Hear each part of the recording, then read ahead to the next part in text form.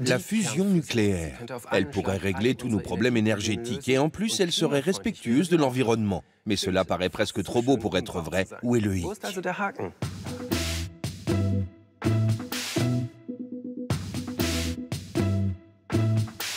Le centre CEA de Cadarache dans les Bouches-du-Rhône. C'est là que se construit le tokamak ITER, le plus grand réacteur de fusion nucléaire du monde. ITER, c'est une promesse de progrès, de confiance dans la science. Et c'est d'ores et déjà une prouesse scientifique et technologique. La phase décisive des travaux a commencé il y a 2 ans, avec l'assemblage des premières pièces du réacteur. ITER est une coopération entre l'Europe, les États-Unis, la Russie, la Chine, le Japon, la Corée du Sud et l'Inde. Dans le cadre de ce projet pharaonique, 2000 scientifiques étudient les possibilités de produire de l'énergie propre par fusion nucléaire. Mais c'est quoi la fusion nucléaire?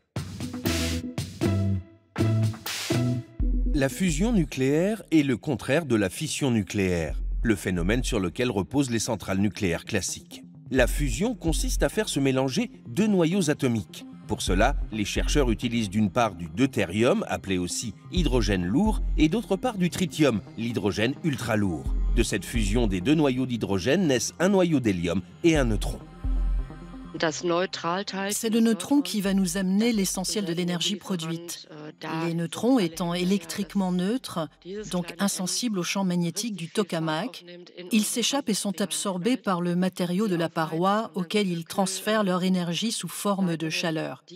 Cette chaleur est ensuite évacuée par des conduits de refroidissement et, au final, un générateur de vapeur convertit la vapeur bouillante en électricité. Sur le papier, ça ne paraît pas trop compliqué. Le problème, c'est que les noyaux atomiques sont chargés positivement, donc ils se repoussent. Pour fusionner, ils ont besoin de températures extrêmes.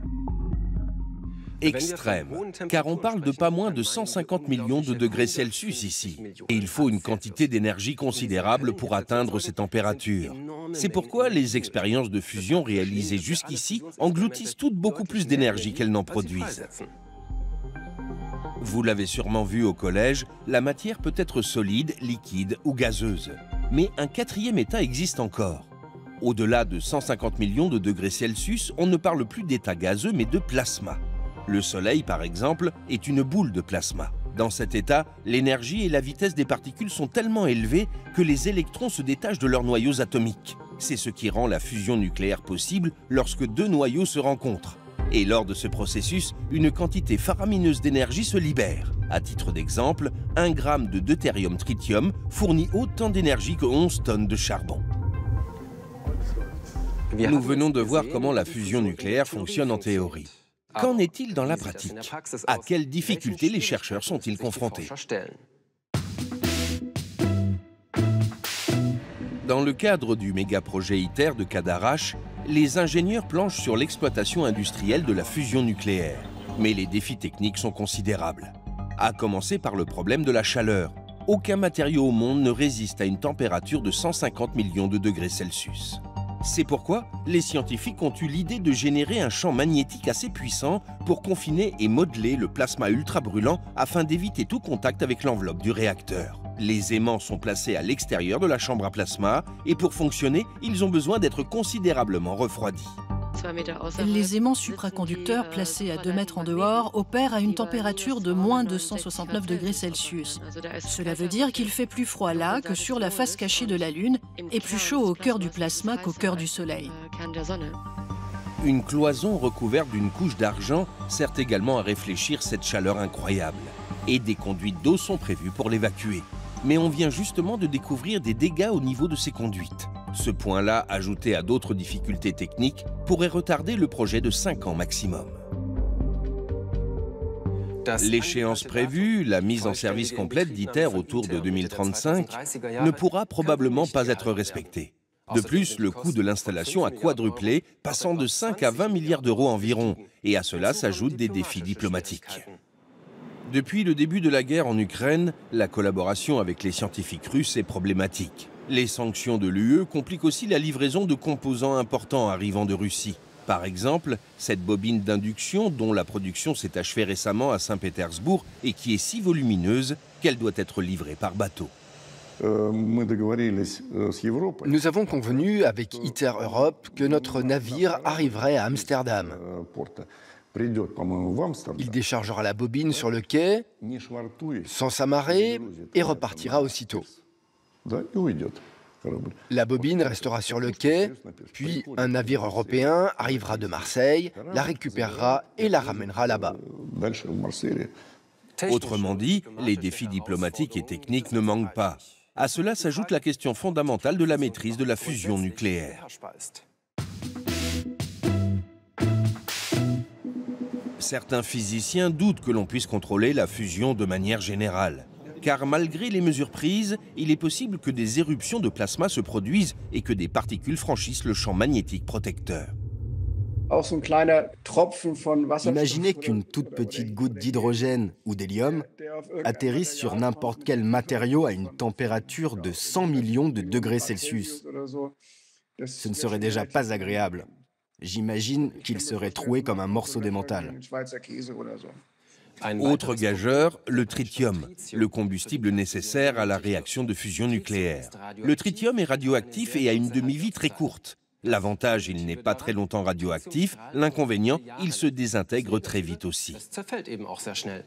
On ne trouve pas de tritium sur Terre. Il a une demi-vie de 12 à 12,3 ans. Et tout ce qui a été produit dans l'atmosphère par le rayonnement cosmique ou les explosions de bombes atomiques des années 50-60 s'est désintégré depuis déjà longtemps. Le tritium est aussi un sous-produit des réacteurs nucléaires. Mais on n'en trouve que quelques kilos par an dans le monde. C'est assez pour ITER, mais pas pour une exploitation industrielle. Alors les chercheurs cherchent à fabriquer du tritium dans le réacteur lui-même avec du lithium. Une idée qui déplaît à certains experts, car le lithium est aussi un matériau rare et on l'utilise déjà pour fabriquer des batteries. Mais le plus gros écueil pour les chercheurs jusqu'ici, c'est la stabilisation du plasma. Depuis 2022, des Américains ont réussi à créer pour la première fois un plasma brûlant qui se réchauffait par fusion nucléaire. Mais le phénomène n'a duré que quelques instants. Et pour pouvoir envisager une utilisation commerciale de la fusion nucléaire, le plasma brûlant doit nécessairement rester stable longtemps. Malgré ces difficultés, outre l'ITER et d'autres instituts de recherche publics, de plus en plus de start-up travaillent à la construction d'un réacteur nucléaire à fusion. Une trentaine de start-up allemandes, américaines, britanniques et autres prévoient de produire de l'énergie issue de la fusion nucléaire d'ici quelques années seulement. Elles comptent y parvenir à moindre frais que les grands instituts de recherche en misant sur de plus petits réacteurs et de nouveaux procédés. Et grâce à leurs milliards de capital risque, elles pourraient effectivement faire avancer la recherche. Mais les experts y voient une promesse illusoire. Je ne pense pas qu'une petite start-up de quelques employés puisse être plus intelligente que toute la communauté scientifique internationale réunie. Mais bien sûr, en promettant d'y parvenir très bientôt, il rassure les investisseurs. S'il leur disait qu'il est impossible de prévoir le jour où l'on pourra effectivement produire de l'électricité de cette manière, beaucoup d'entre eux se raviseraient. Pénurie de tritium, éruption de plasma, explosion des coûts, la production industrielle d'électricité par fusion semble très lointaine encore pour combattre le réchauffement climatique. Alors Greenpeace insiste pour que l'on continue de développer les énergies renouvelables. Les énergies renouvelables sont actuellement le moyen le plus intéressant d'augmenter la puissance installée et cela peut être très rapide.